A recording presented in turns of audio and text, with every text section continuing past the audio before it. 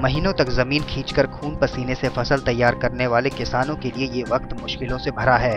पश्चिमी चक्रवात की वजह से बिन मौसम बरसात ने किसानों की फसलों को बर्बाद कर दिया। खड़ी फसलें जमीन पर लेट गई। आसमान से ऐसी आफत बरसी कि छोटे किसानों के लिए जीविका का संकट पैदा कर गई और अर्थव्यवस्था पर भी इसका असर पड़ा। बिन मौसम बारिश से कई जगहों पर किसानों ने आत्महत्या कर ली। बिगड़े मौसम के चलते बड़े पैमाने पर गेहूं की खड़ी फसल बर्बाद हो गई। बारिश की मार ने सब कुछ बर्बाद कर दिया। उत्तर भारत के एक बड़े हिस्से में खड़ी हुई फसल चौपट हो गई। जो फसलें बर्बाद हुई उनमें गेहूं, सरसों, अरहर, आम, लीची, टमाटर शामिल हैं। कई प्रदेशों में इस बरसात ने किसानों को रोने पर मजबूर कर दिया है। गुजरात में गेहूं समेत धनिया और जीरा को बड़ा नुकसान पहुंचा है।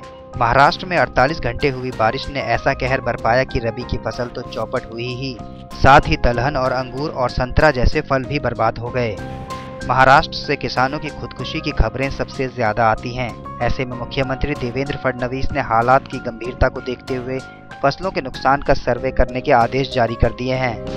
बरसात ने जो तबाही मचाई है उसमें उत्तर प्रदेश का एक बड़ा हिस्सा भी चपेट में है। गेहूं की खड़ी फसल बर्बाद होने का दर्द किसानों के चेहरे पर है। जो फसल चंद दिन बाद बाजारों में पहुंचने वाली थी अब खेतों में बर्बाद पड़ी है। हरियाणा में बड़ी संख्या में लोग खेती के भरोसे ही हैं, लेकिन यहाँ भी बारिश ने तबाही और बर्बादी की कहानी दोहराई है।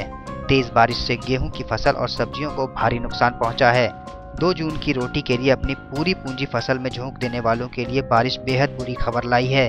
इसका असर उत्तरी पश्चिमी भारत पर भी है।